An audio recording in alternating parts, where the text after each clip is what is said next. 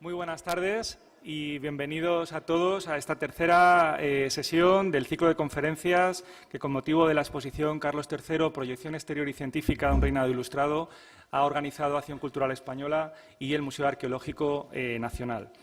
Tal y como anunciábamos la semana pasada, en esta semana, en esta sesión de hoy, jueves, día 2 de marzo, tendremos la ocasión de disfrutar de dos intervenciones, una a cargo de la doctora María Jesús Viguera Molins, de la Universidad Complutense de Madrid, y otra a cargo de don José María Fernández Palacios, colaborador honorífico de la Universidad Complutense también de Madrid, en relación a uno de los temas que también trata la exposición, que es la cuestión de las relaciones entre la España de Carlos III, pero no solamente la España de Carlos III, y el mundo musulmán. Ahora presentaremos ambas dos y yo creo que van a ser una gran revelación el contenido de las mismas, ¿no? Por lo desconocido y porque es una de las cuestiones que más está llamando también la atención a todos los visitantes, ¿no? Presentamos la primera de las intervenciones a cargo de la doctora María Jesús Viguera Molins, con el título Al-Ándalus y su recuperación ilustrada. Presentar a la doctora Viguera Molins no solamente es un honor, sino que además es una gran satisfacción. Y es ver el esfuerzo y el trabajo de muchísimos años dedicados al estudio de esta temática, de los estudios árabes e islámicos. Ella es catedrática emérita de la Universidad Complutense de Madrid, catedrática de estudios árabes e islámicos, y en esta universidad fue además durante 12 años directora del Departamento de Estudios Árabes e Islámicos, desde donde además impulsó la publicación del Anaquel de Estudios Árabes. En la actualidad, además, ella dirige otras revistas y forma parte del comité científico de muchas revistas importantísimas, tanto a nivel nacional como a nivel internacional. Es, además, numeraria de la Real Academia de la Historia, donde el año pasado leyó un discurso que para mí ha sido revelador y que yo les recomiendo profundamente que lean, y a todo el mundo le recomiendo cuando viene a la exposición, que es el que se tituló Los manuscritos árabes en España, su historia y la historia. Desde luego, una obra fundacional que marcará el camino de muchos investigadores, porque es una mina, si se me permite usar esa expresión, para la investigación y para todos aquellos que, como en mi caso, no nos dedicamos a ese ámbito, pero que sí es muy interesante para otras cuestiones y que tiene mucho de reflexión y es muy interesante. Además, es académica correspondiente de otras reales academias españolas, de Barcelona y de la de Córdoba, y es discípula del gran Fernando de la Granja Santa María, otro de los grandes arabistas de nuestro país. Ella ha sido profesora en la Universidad Complutense, pero antes también en la Universidad Autónoma y en la Universidad de Zaragoza, y después ha sido profesora visitante en muchísimas universidades, tanto europeas como también de diferentes países árabes o islámicos, como pueden ser Marruecos o los Emiratos Árabes, entre otros. Ha sido también comisaria de varias exposiciones, lo cual le da una visión muy especial. Ella ha colaborado en esta exposición, haciendo el capítulo correspondiente al tema que nos va a tratar hoy, y sus principales líneas de investigación son la historia de Al-Ándalus, la historiografía y los contextos del arabismo español, la historia de los manuscritos árabes en España, y entre sus publicaciones, que son infinitas, diré que ha publicado 55 libros, lo cual ya nos dice mucho de ese gran trabajo, ¿no?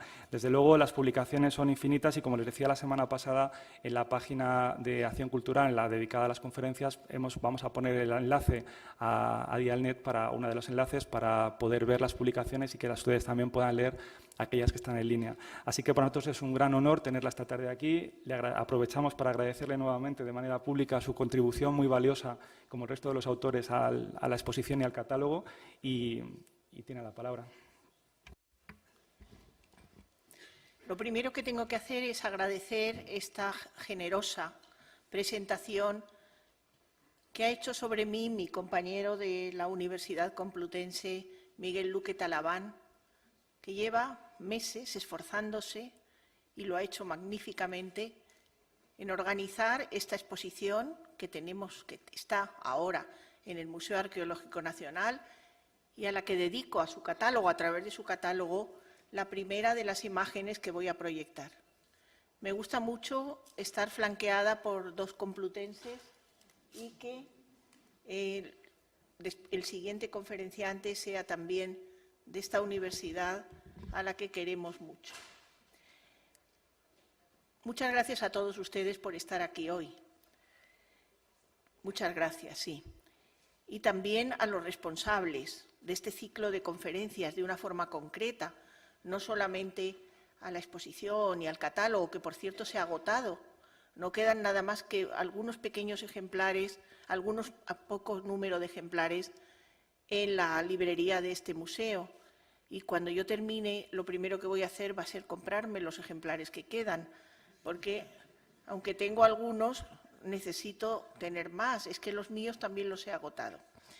Es un acierto, ¿no?, del coordinador de este catálogo y de esta exposición y del comisario, que es el doctor Luque Talaván, que tengo a mi izquierda. Y mi gratitud se tiene que empezar a dirigirse a los responsables de este ciclo de conferencias, como son especialmente la Acción Cultural Española y este Museo Arqueológico Nacional en que nos encontramos. Gracias por invitarme a hablar hoy y, sobre todo, por haber organizado este ciclo, estas intervenciones estudiosas, ampliamente difundidas, porque la cultura tiene que difundirse. Y eso me consta que lo han cuidado desde el primer momento. No solamente es un acto que dura una hora, es mucho más las difusiones que pueden lograrse. Resultaba del todo preciso replantearse aspectos y aportaciones de aquel siglo ilustrado en España, aquel siglo luminoso, y especialmente sobre todo lo que giró alrededor del rey Carlos III. 1716 es el centenario, 1788 la fecha de su muerte. Todo lo que giró alrededor del rey, sí, pero también alrededor de sus colaboradores directos. Veremos algunas figuras espléndidas de su corte ilustrada. Este año, con el tercer centenario del nacimiento de este rey, las conmemoraciones han sido varias, afortunadamente. La exposición, por ejemplo, en este Museo Arqueológico ha marcado época. Carlos III, proyección intelectual. Las palabras tienen muchísima importancia.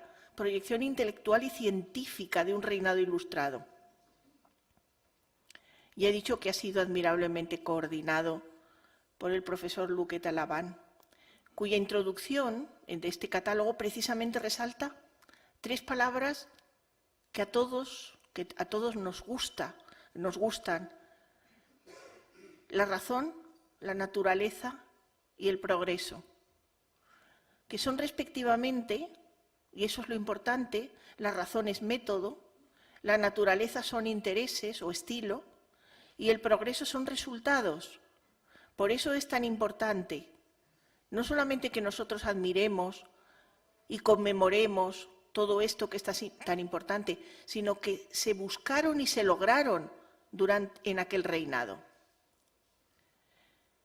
Con ocasión de tan oportuna conmemoración se han vuelto a examinar, actualizado y profundizado tres bien diseñadas y coordinadas áreas de estudios, aparecen en el catálogo, y se relacionan entre sí: el contexto y las relaciones internacionales. Veremos que esto es importantísimo.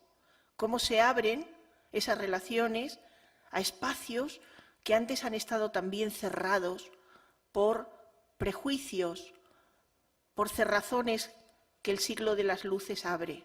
Segundo, el interés por la historia del arte y la arqueología. Un interés renovado con resultados magníficos. Y en concreto el desarrollo de las ciencias y de las técnicas para fomentar. La palabra fomento aparece en los escritos de estos ilustrados. Quieren fomentar y para eso necesitan este triple recorrido.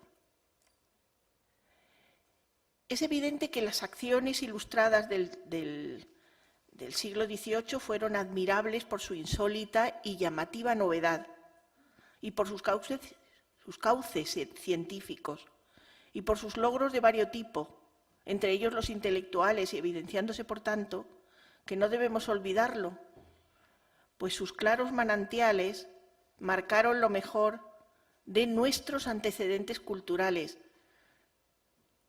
Marcaron lo mejor aquel siglo XVIII como en una especie de recorrido de intelectuales productivos y abiertos y razonables, de mentes lúcidas y claras contra las oscuridades, lo dice muy bien El siglo de la razón, una serie en línea que va desde los humanistas a los ilustrados, al cientificismo del XIX.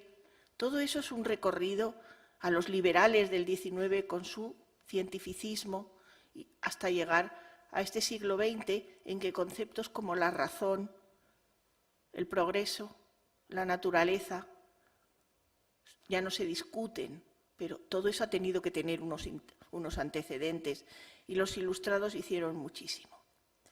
Cuanto más compartamos esas convicciones, mejor, porque la razón y la ciencia deben alzarse y reconocerse. Después de los ilustrados fue tan potente el movimiento de los románticos hacia lo oriental, por ejemplo.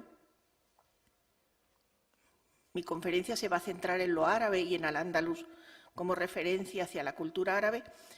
Los románticos pusieron tal pasión hacia lo oriental, hacia lo árabe y hacia Al-Ándalus, en un movimiento apasionado y mitificador iniciado a finales del XVIII, que también debe mucho a todo lo descubierto por los ilustrados, ese movimiento romántico que se extiende hasta finales o durante el siglo XIX. No hubiera podido funcionar si no hubiera tenido la apertura de los ilustrados.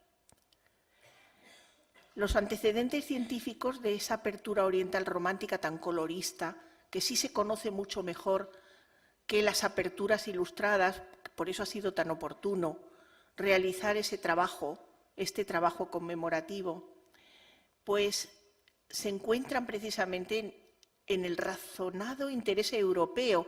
No es una cosa solo española. Lo traen el interés hacia lo árabe, lo traen los ilustrados sobre todo desde mediados del siglo XVIII.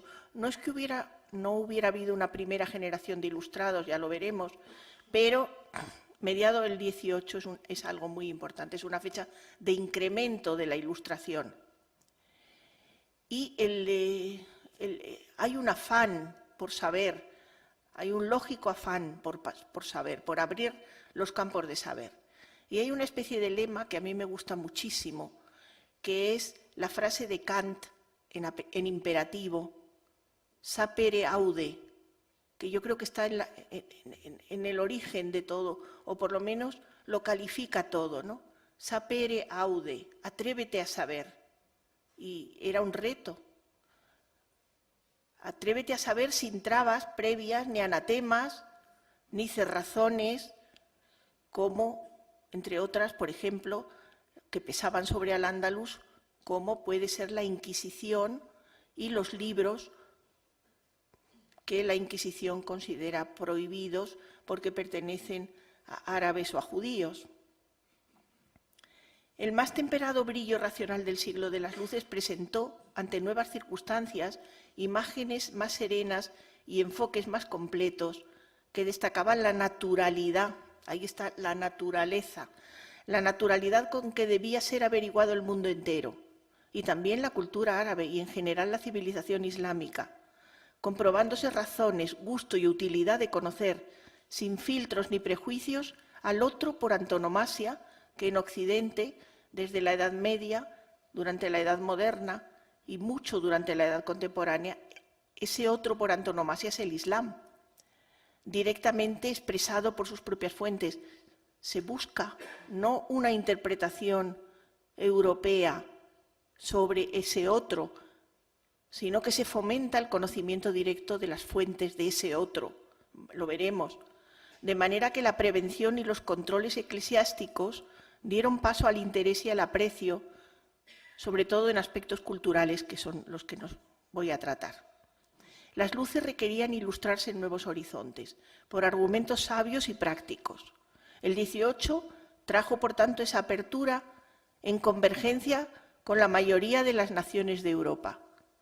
Hubiera sido muy difícil, eso también nos da pistas sobre cómo surge un sentimiento europeo colectivo. Resulta especialmente interesante lo que ocurre, por ejemplo, con la ilustración francesa en relación con lo árabe, pero también lo italiano, también lo portugués, especialmente La Ilustración portuguesa porque también estuvo al-Ándalus y entonces recuperan al-Ándalus, recuperan el estudio de al-Ándalus en toda su amplitud e incluso lo asimilan, lo mismo que en España, considerándolo que pertenece a la propia historia y no tiene que marginarse históricamente. La Ilustración trajo un reconocimiento de la etapa andalusí como una parte de la propia historia. Con la Ilustración se ampliaron los objetivos del saber, desde los afanes polémicos y misioneros de la Iglesia hasta el campo mayor de los conocimientos civiles sobre las culturas del mundo, también sobre lo árabe y lo árabe-islámico. Eran novedosas mentalidades y acciones, comunes a los medios científicos de toda Europa o de casi toda Europa, receptores ahora, y eso también es un elemento importantísimo, de un decidido apoyo por parte de los poderes públicos, volcados además en intervenciones más dinámicas respecto a los estados árabes o islámicos en general, como manifiestan muy bien en las relaciones de España con la enorme potencia de Turquía, hasta entonces temida y cerrada la puerta, con la sublime puerta, como se llamaba Turquía, con Turquía y con Marruecos, unas nuevas relaciones que naturalmente son relaciones diplomáticas, pero también tienen la utilidad de los tratados comerciales, y sobre todo con Marruecos, con el vecino Marruecos, donde la dinastía alauí ya está consolidada en este siglo XVIII, ya consolidada, tiene de forma contemporánea a Carlos III un sultán alauí espléndido, también se le podía llamar el mejor alcalde de algunas ciudades marroquíes, de la misma manera que Carlos III se le llama o se le considera el mejor alcalde de Madrid, es un Mohammad III paralelo a nuestro Carlos III, Mohammad III, sultán de Marruecos, 1757-1790, Carlos III, rey de España, 1759-1788. Tienen periodos de reinado muy parecidos y las relaciones fueron espléndidas. No es que todo fuera positivo ni pacífico, pero sus tratados frecuentes incluyeron también aspectos culturales. Entre ellos, la atención sobre los manuscritos árabes que había en España. También, hasta ahí se llega. El comienzo del espíritu ilustrado coincide con el final de la presión turca sobre el centro de Europa. Ya he dicho que la relajación de tensiones con Turquía ayuda a que puedan ser vistos los musulmanes no como el gran enemigo, sino como vecinos. Las tensiones tanto políticas como psicológicas relajadas. La religión ya no resultaba ser un escollo tan peligroso. No fue tampoco un síntoma baladí que en el siglo XVIII aparecieran los 12 tomos de la traducción francesa por Antoine Galland, profesor de árabe en el Collège de France, de Las Mil y una Noches. Esta traducción introdujo una gran cantidad de literatura narrativa árabe en la cultura doméstica de Occidente. La frase es un hallazgo de Luis Alberto de Cuenca, que ha prologado hace muy poco la historia de Aladino o la lámpara maravillosa en una nueva edición.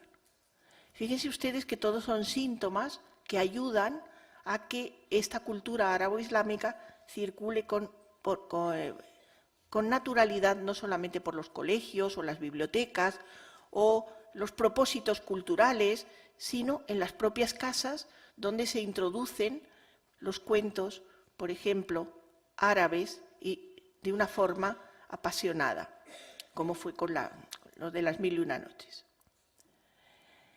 La literatura árabe empieza a considerarse no solo un mero exotismo, sino también da pie a comparaciones autocríticas, porque se traducen también grandes cantidades de poesía árabe. Y esto fue importantísimo. el primero que traduce grandes cantidades al latín o a las lenguas vernáculas, al inglés o al francés, el primero que lo hace es un inglés, William Jones, 1746-1794, enormes cantidades de poesía, él lo llamó poeseos asiatique, poesías asiáticas, que era otra de las denominaciones. Pero esto provoca una reacción de aceptación literaria enorme y procura un nuevo rumbo al eurocentrismo literario europeo, que se autoconsideraba el mejor, cuando encuentra, tanto en la prosa de las Mil y una noches como en las enormes cantidades de poesía árabe, aspectos que pueden ser inspiradores, interesantes, etc. Y hay literatos europeos en la segunda mitad ya de este siglo XVIII que reproducen metáforas, referencias que pertenecen a la literatura árabe. Y estar inspirado en otra cultura, en otra literatura, sobre todo esto hay muchísimos estudios, la inspiración es un gran reconocimiento. La racionalidad del siglo de las luces permitió considerar la aportación de otras civilizaciones. Y esto lo proponían figuras tan célebres, tan importantes, que marcaban escuela, como por ejemplo Leibniz, el enorme racionalista aún del siglo XVII, como un precursor, muere en 1716, interesado en el Islam y la ley natural. En sus elucubraciones sobre la ley natural, Leibniz entra a analizar el Islam. Montesquieu, todos lo sabemos, destacó el espíritu de la ley islámica, l'esprit de la loi, entre ellas la de la ley islámica. Montesquieu muere en 1755, un poco después muere Voltaire en 1778, que además elogian lo de allá como contraste reflexivo y crítico sobre la sociedad europea. ¿Qué mentalidad imperaba antes de las luces respecto al Al-Ándalus? Las enormes relaciones islam-cristiandad produjeron durante la Edad Media contactos comerciales y trasvases culturales, pero el enfrentamiento político y religioso generaba rechazos. España y su historiografía después de la Edad Media dejaron de tener dentro a musulmanes, por lo tanto hubo un relax cotidiano, ya no hubo unos contactos negativos fronterizos, pero comienza en la Edad Moderna la intervención española en el Mediterráneo y sobre todo con una expansión por el Magreb que naturalmente hace que políticamente, siempre la esfera política no es paralela a la esfera cultural, desde el siglo XVI España salió a su reencuentro, al reencuentro de los musulmanes como adversarios Mediterráneo adelante. Pensemos, por ejemplo, lo que significa la batalla de Lepanto. El arabismo existente era un arabismo eclesiástico, estoy refiriéndome a lo anterior, al siglo XVIII, que sobre todo fomentaban el aprendizaje de la lengua árabe, sobre todo los franciscanos de Tierra Santa y del norte de África, por sus misiones instaladas en ambos sitios. Pero desde el siglo XVIII, y eso fue otra acción de los ilustrados, el Estado, los poderes públicos impulsaron en España el estudio de lo árabo-islámico. Y como aquí, en España, no había especialistas que pudieran trabajar los aspectos culturales civiles, hicieron venir a monjes maronitas, a monjes siro-maronitas de gran nivel arabista, entre los cuales destaca el famoso Miguel Casiri, que es el nombre hispanizado de Mijail al-Yaziri, 1710-1791, siglo XVIII. Este es al que se le encarga, Carlos III le encarga y luego le dedica el volumen, realizar el célebre catálogo de los códices árabes del Escorial, que fue el primero que se publicó La maravillosa colección de manuscritos árabes del Escorial había recibido desde tiempos de Felipe II catalogaciones fragmentarias, fichas, catálogos, listas, pero ninguna se había publicado, y esta es la primera que se publica dedicada a Carlos III. Además, a Miguel Casiri, gran arabista, se le encargan otras tareas. Está ahí durante una serie de años haciendo todo en relación con un arabismo civil, con actividad sufragada por las Cortes Ilustradas, haciendo un poco de todo para quehaceres docentes y científicos, además de diplomáticos y económicos. En España, a diferencia de lo que ocurre en Francia o en Gran Bretaña o en Italia, incluso en Portugal, donde los estudios, ese fomento de los estudios árabes por parte de los poderes ilustrados se orientan hacia Oriente Medio o hacia el norte de África, en España ese fomento de los estudios árabes se centró en Al-Ándalus. Y ese Al-Ándalus se convirtió para los ilustrados en algo intrínsecamente español, algo propio. Suponía para los ilustrados ese brillo cultural innegable de la producción literaria, histórica, científica de Al-Ándalus. Para los ilustrados suponía, ni más ni menos, y hay declaraciones en este sentido, que la aportación de nuestro país al desarrollo científico europeo.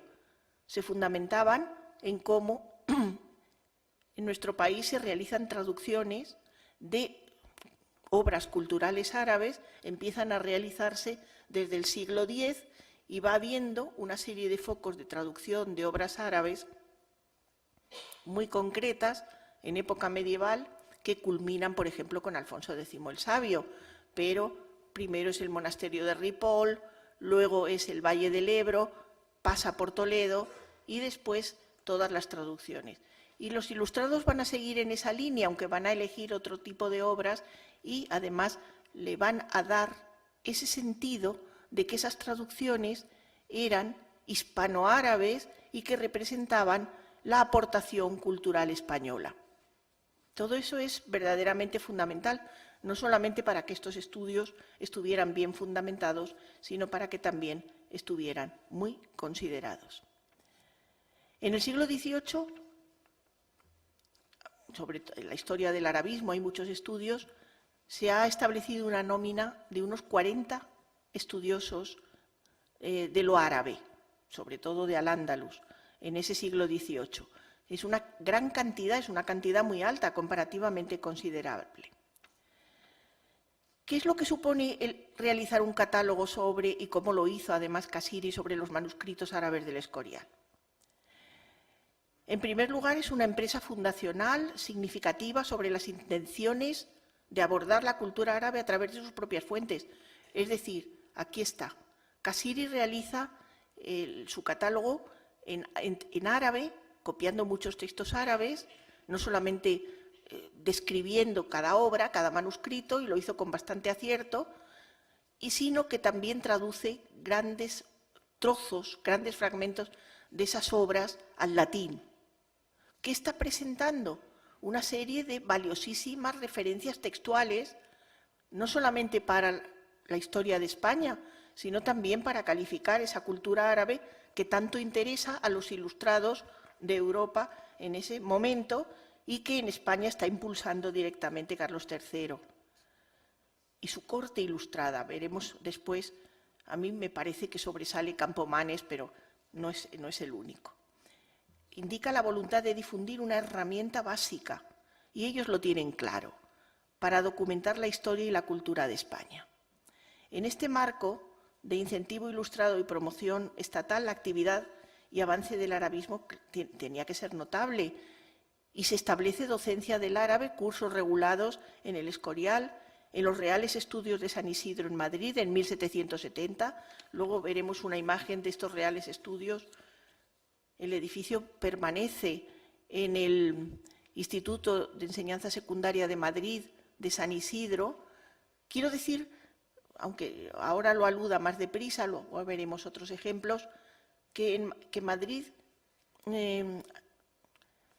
se dota de una serie de monumentos que también representan el afán ilustrado por la cultura. Se establecen también cursos regulados de árabe en la Universidad de Valencia. Incluso los arabistas eclesiásticos asumieron actividades más generales requeridas por el Estado y sus nuevas dinámicas. En el siglo de las luces se efectuaron trabajos admirables en torno a las fuentes árabes, como el Tratado de Agricultura de un autor sevillano del siglo XII, Ibn al-Awwam. Enseguida volveremos a hablar sobre esto. Se tradujo la obra farmacológica del malagueño Ibn al-Baitar, magnífica. Es un tratado de simples y de plantas y de los usos médicos y farmacológicos extraordinario. Ibn al-Baitar es del siglo XIII. ¿Por qué se hace? Por la línea ilustrada de fomento productivo. Esto es lo que quieren el Consejo de Carlos III. Miguel Casiri, el de los manuscritos del Escorial, tuvo discípulos destacadísimos en Madrid, algunos de altísimo nivel, por ejemplo, Pedro Rodríguez de Campomanes, 1723-1802, ministro de Hacienda en el gobierno reformista del conde de Floridablanca, otra enorme figura. Campomanes, siempre que hablo de él, me lo represento en esa preciosa escultura que está colocada en el centro de la ciudad de Oviedo, donde yo creo que se ha conseguido reflejar todo ese espíritu ilustrado y toda esa dedicación altruista a la cultura y al fomento de las ciencias prácticas en España, el fomento de todo lo que se deriva de los conocimientos científicos y técnicos. Este Campomanes, luego veremos algo porque verdaderamente fue maravilloso. Tradujo con su maestro Casiri varios capítulos del libro de agricultura de Ibn al-Awwam y los dos tradujeron esto para un tratado sobre cultivo de tierras que se publicó en Madrid en el año 1751. Fíjense ustedes que se pide recurrir a obras árabes que contienen una serie de referencias importantísimas para ser aplicadas en el desarrollo de la agricultura nacional. Y por eso este ministro de Hacienda del gobierno de Carlos III no duda en traducir. Discípulos de Casiri, ellos solamente traducen una parte. Discípulos de Casiri que también dedicaron trabajos a temas y a fuentes árabes: José Carbonell, sobre minería, Ignacio Aso del Río, Patricio de la Torre, eclesiástico que también fue intérprete oficial de la corte, y sobre todo Banqueire, 1745-1818. Fíjense ustedes, las fechas de nacimiento van recorriendo el siglo. Algunos mueren ya a principios del siglo XIX, pero sí hay varias capas de ilustrados, ¿verdad? Es un desarrollo, una primera generación y luego una consolidación.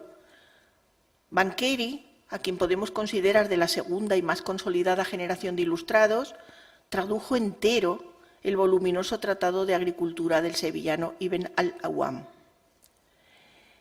Y se publicó en Madrid, luego vamos a ver una página. Y fue reeditado hace 10 años por el Ministerio de Agricultura en España, en Madrid. Otro nombre imprescindible fue José Antonio Conde, 1766-1820, bibliotecario en el Escorial y miembro de las Reales Academias de la Lengua y de la Historia, que abrió el camino historiográfico porque se arriesgó a trazar una historia de Al-Ándalus, la primera historia de Al-Ándalus completa, aunque discutible por varias razones, historia de la dominación de los árabes en España sacada de varios manuscritos y memorias arábigas. Sobre todo es hacer que sean las propias fuentes, las propias fuentes andalusíes o árabes. Fue una osadía por parte de Conde de escribir toda esta historia de la dominación de los árabes en España, pero es que la Ilustración, los enormes empujes de la Ilustración, son así. La activa atención hacia los manuscritos árabes en España había comenzado con los humanistas, y he dicho que es que lo que realizan los ilustrados tiene un precedente en el humanismo del XVI, y cómo enlaza después, cómo es una especie de cadena.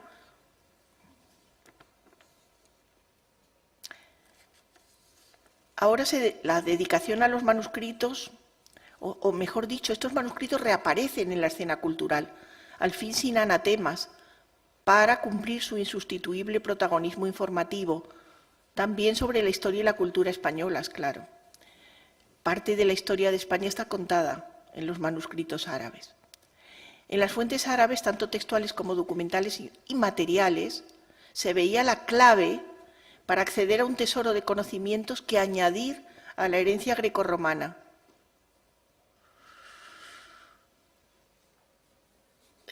Son precursores, sí, de lo que se hace en el XIX, encabezados por la figura liberal de Pascual de Gayangos.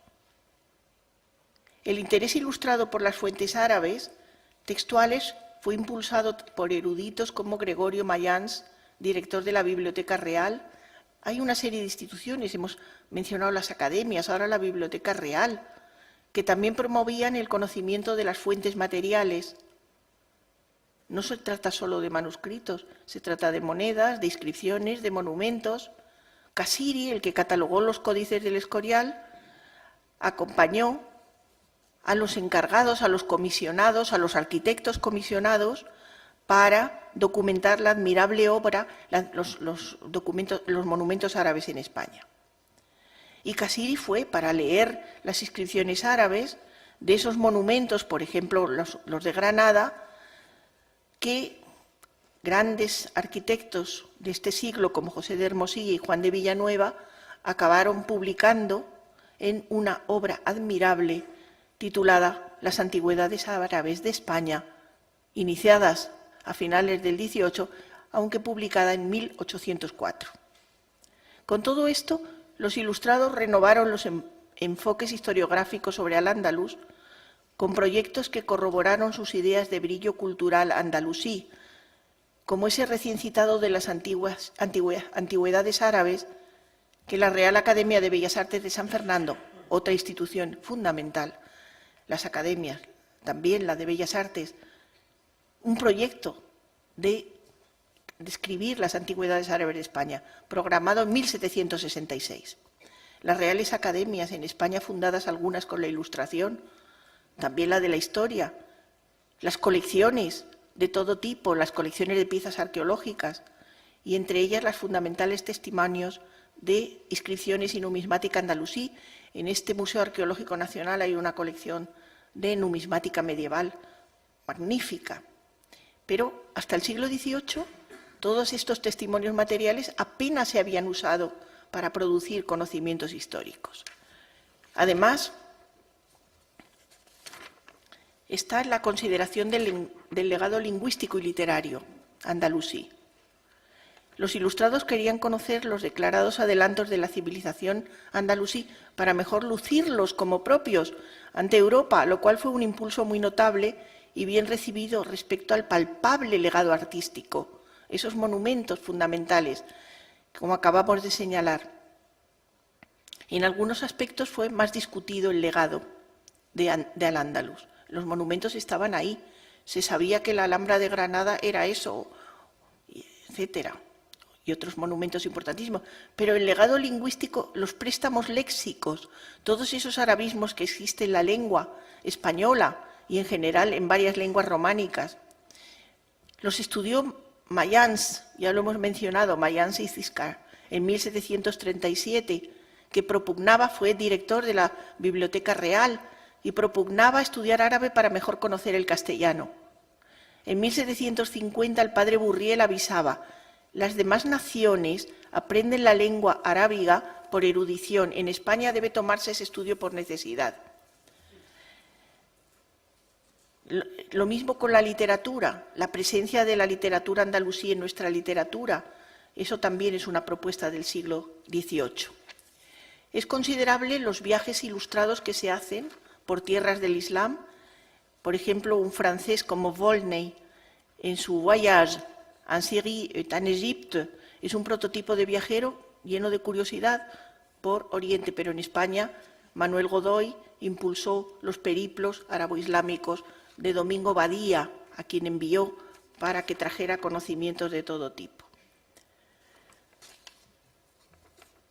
Todas las instituciones fomentadas entonces, reales academias, bibliotecas, monetarios, colecciones y gabinetes de antigüedades, recogían la memoria escrita, documental y material andalusí también, además de centros docentes, ya lo he señalado antes.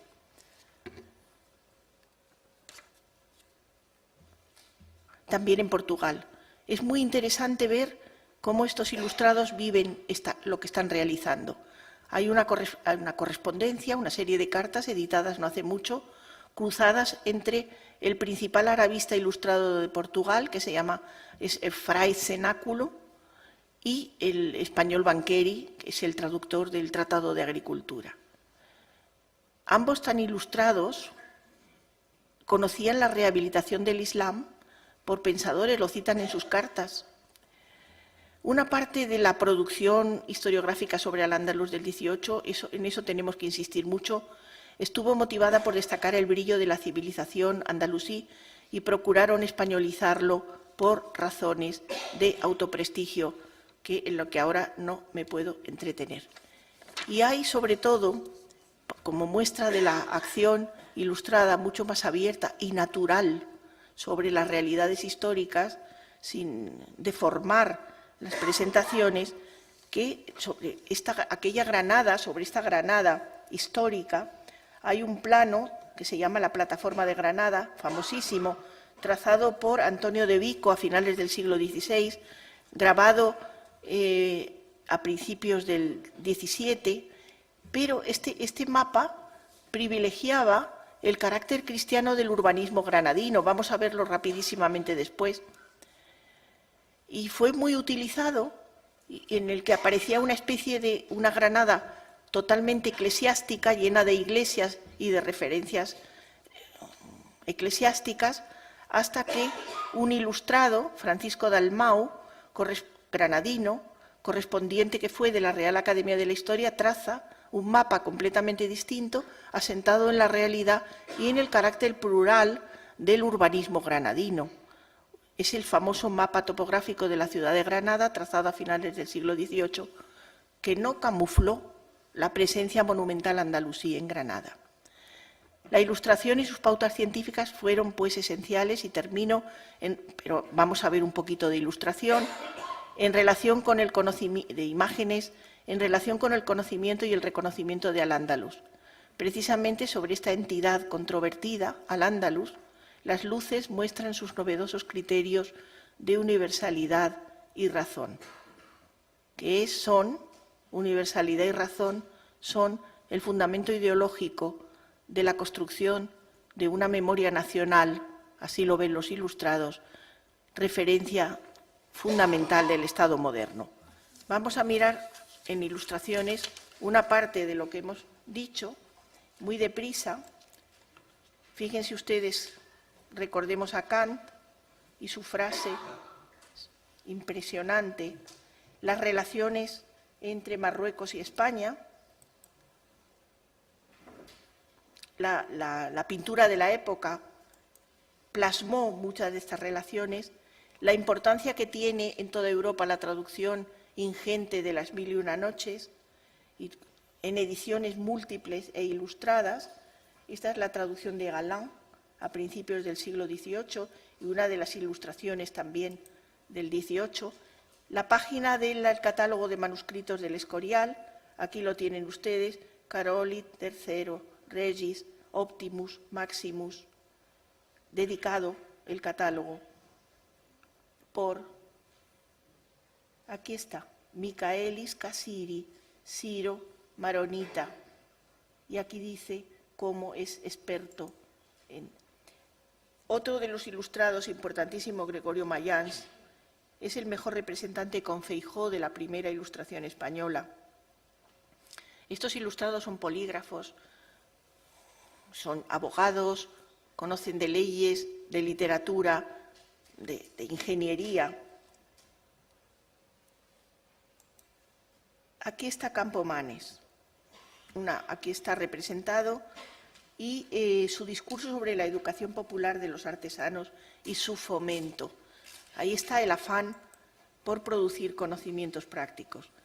En su segundo centenario, la Real Academia de la Historia le dedicó esta serie de estudios de varios autores. La página primera de la edición del libro de agricultura, quitaba el filaja, lo pone en árabe, libro de agricultura.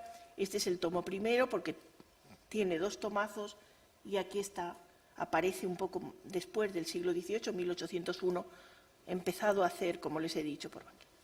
Esta serie de edificios, en 1785, Carlos III ordena la instalación de la Academia de la Historia en la Casa de la Panadería, Plaza Mayor de Madrid, donde ya estaba esa biblioteca desde 1775.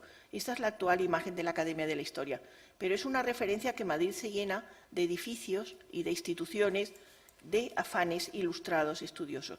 Los Reales Estudios de San Isidro en Madrid, que es como se pueden ver hoy. Aquí está otra de las referencias, como de la Biblioteca Real se nacionaliza. Los viajes de Ali Bey el Abbasi, que recorre el norte de África, aquí están todos, África y Asia, ese afán de ir a buscar los documentos donde esté. La incorporación de las antigüedades orientales a los gabinetes de antigüedades españoles. Aquí tenemos cómo también los ilustrados les interesa mucho la filosofía árabe, y no solamente los ilustrados traducen a Averroes y les fascina los planteamientos razonadores de Averroes, sino también, enseguida aparece Human Reason, sino que también les interesa una novelita escrita por un autor de Guadix que se llama El filósofo autodidacto o autodidacta, como queramos, que fue traducida al inglés desde 1711. Todas esas son referencias a buscar en las fuentes árabes también apoyos para ese descubrimiento y esa prueba de que la razón es muy, muy importante. Fíjense ustedes cómo estos ilustrados, y hemos hablado de José de Hermosilla o de Juan de Villanueva, 2 grandes arquitectos ilustrados que están colaborando además en su creación monumental e institucional en Madrid, van y plasman y documentan cómo se ven las antigüedades árabes de España. El libro es espléndido. Las antigüedades árabes, en los dibujos de la Academia, que los conserva, e hizo en 2015 una exposición en Mafre, una exposición que además, fíjense, es un libro fantástico, maravilloso, reproducido en el año 2015 en edición de Antonio Almagro, edición y estudio, que merece la pena verse porque muestra cómo estas antigüedades árabes de España se incorporan al conocimiento. Pocos años después de crearse la Real Academia de Bellas Artes de San Fernando en 1752, ante la noticia del deterioro de las pinturas existentes en la Alhambra, y es la reacción ilustrada por salvar la memoria andalusí. Este es el mapa de Antonio Vico, lo que se llama Plataforma de Vico, que, como vemos, lo que está representado son todo, yo creo que se podrá ver, todas las iglesias granadinas están totalmente representadas, y es el paso a la representación cartográfica de una ciudad que recupera toda su realidad histórica plena, en la que también lo andalusí, es decir, lo árabo-islámico, está presente con naturalidad y con realidad.